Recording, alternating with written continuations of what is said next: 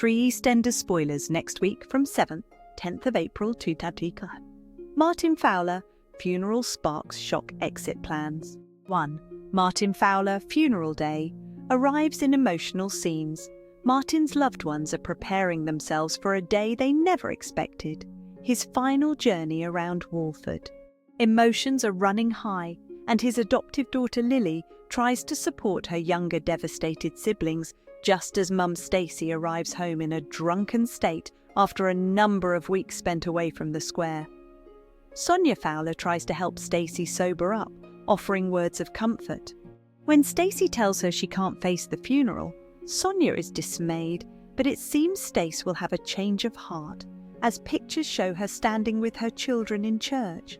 Vicky and Sharon Watts try to compose themselves for the day ahead, and Ross is worried for Vicky as he decides to attend the funeral to support her. Martin's coffin is carried through his beloved market by cousin Ian Beale, Peter Beale, and pals Zach Hudson, Alfie Moon, and Harvey Munro. At the emotionally charged service, Martin is laid to rest, with eldest daughter Bex leading the mourners into the church. Martin's aunt and godmother Kathy Cotton is also seen reading a eulogy, looking heartbroken as she tries to get through her speech. With Martin's nearest and dearest struggling to comprehend life without him, we can still barely believe he's gone ourselves. Will EastEnders give the legacy character the farewell he deserves? The images above certainly suggest so. 2. Ross Marshall schemes to keep Vicky Fowler in Walford. Ross's choice to go to Martin's funeral goes against Sharon's wishes, as she thinks it's a bad idea given how angry Alfie is towards Ross.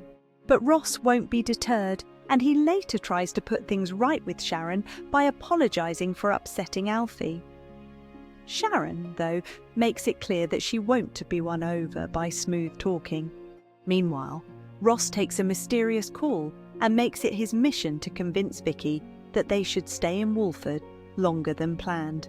He becomes hell-bent on keeping her there, even though Vicky is already booking flights home to Australia. After failing to convince Vicky to stay, Ross tries to manipulate Ian into persuading Vicky they should stick around. Ross insinuates that it's Mark Jr., not Vicky, who needs to step up for their grieving mum, Michelle Fowler. Later, Vicky gets a call from Michelle, and it seems that Ross's plan has worked. But why is he so determined to stop Vicky from leaving Albert Square? 3. Grieving Stacey. Slater clashes with Lily Slater and Ruby Allen as an exit plays out. Lily's fury at mum Stacey builds throughout the week, with the teen feeling that Stacey abandoned her when she upped and left. But at Martin's wake, Ruby's own anger and resentment towards Stacey rises, and emotions bubble over. Later, Stacey finds Ruby at the allotment, and the pair have another confrontation.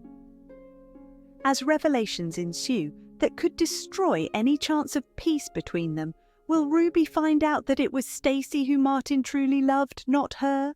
Lily, meanwhile, turns to alcohol with encouragement from Avani Nandra Hart, but Stacey comes back to find her daughter drunk. Stacey tries to make amends with Lily, but her efforts fall flat.